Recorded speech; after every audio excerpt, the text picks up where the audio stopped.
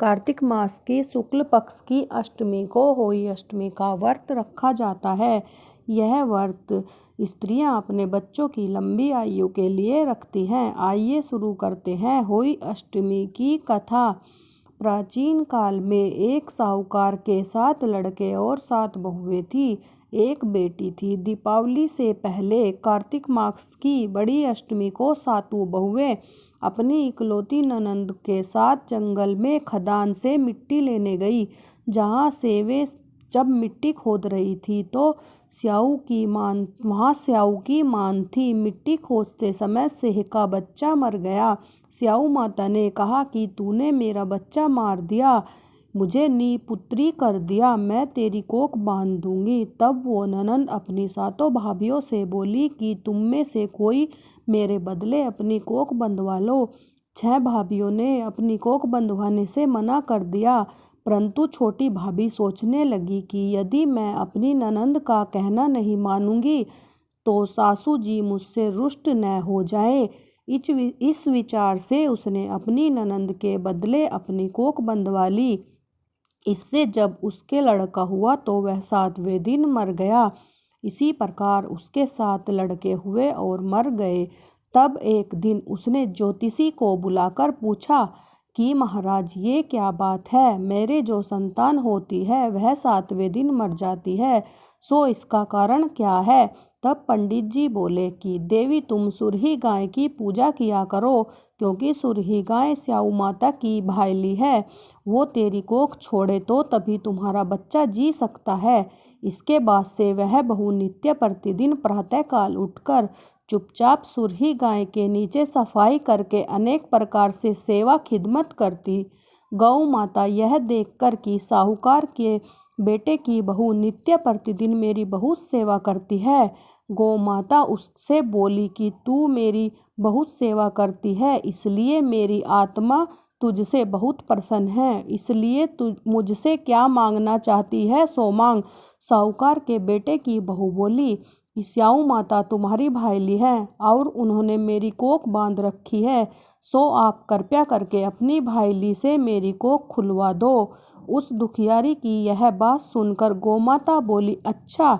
एक दिन गोमाता उसे साथ ले 7 समुंदर पार अपनी भाईली के पास चल दी। मार्ग में धूप बहुत कड़ी पड़ रही थी, सो वे दोनों एक पेड़ की छाया में बैठ गई।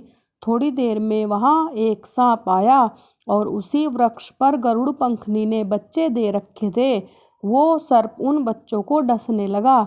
तब साहूकार की बहू ने उस सांप को मार करके ढाल के नीचे दबा दिया और उन बच्चों को बचा लिया। थोड़ी देर में गरुड़ पंखनी आई तो वहां खून पड़ा देखकर साहूकार की बहू को चोंच मारने लगी। तब वह बहू बोली, मैंने ही तो तेरे बच्चों को सांप से बचाया है और तू मेरी ही दुश्मन हो गई।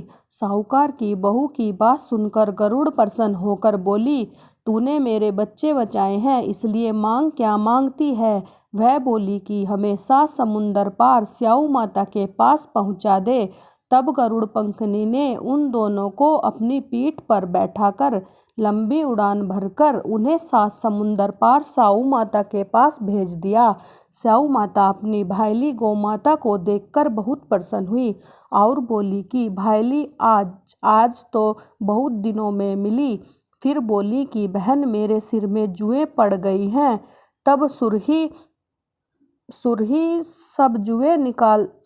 तब गऊ बोली कि मेरे साथ मेरी भक्तिन आई है, ये तेरी सब जुएं निकाल देगी। आज्ञा पाते ही साहूकारनी ने स्याऊ माता की चुन चुन कर सब जुएं निकाल दी। स्याऊ माता बोली कि तूने मुझे बहुत आराम दिया है, इसलिए मैं तुझसे प्रसन्न हूँ, सो आज जो चाहे मांग ले, मैं तुझे वरदान दूंगी। तब साहूकारनी बोली कि वचन दो तो मांगू। स्याऊ माता बोली, अच्छा। वचन दिया और कहा कि यदि मैं अपने वचन से फिरूंगी तो धोबी के कुंड में कंकरी हो जाऊं। तब साहूकार की बहू बोली कि मेरी कोख तुम्हारे पास बंधी पड़ी है, सो कृपया करके खोल दो। उसकी यह बात सुनकर स्याऊ माता बोली कि तूने तो मुझे ठग लिया, मैं तेरी कोख कभी नहीं खोलती, परंतु अब तो खोलनी ही पड़ेगी। जा, तेरे घर तुझे 7 लड़के और उन 7 की बहुएं मिल जाएंगी। तू घर जा करके मेरे साथ उजमन करियो, 7 हुई बनाकर 7 कढ़ाई की कर दीजो।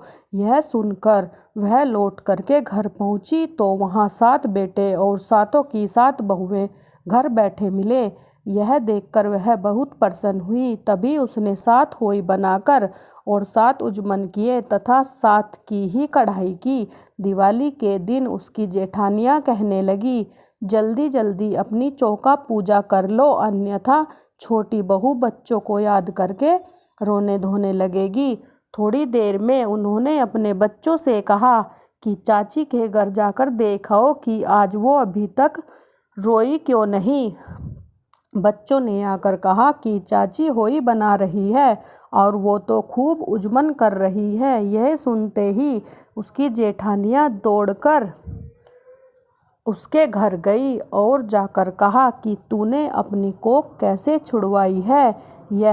वह बोली कि तुमने तो अपनी कोख बंधवाने से इनकार कर दिया था, पर मैंने अपनी छोटी ननंद का ख्याल करके अपनी कोख बंधवा ली। अब स्याऊ माता ने मुझ पर कृपा करके मेरी कोख खोल दी। जिस प्रकार मेरी कोख खोली, उसी प्रकार स्याऊ माता संसार की सभी स्त्रियों की कोख खोल देना। हे स्याऊ माता, कहानी सुनने वाली तथा हुंकार भरने वालियों ने के सब परिवार की नारियों की कोख खोल देना और हम सब पर अपनी कृपा दृष्टि बनाए रखना। स्याऊ माता की जय।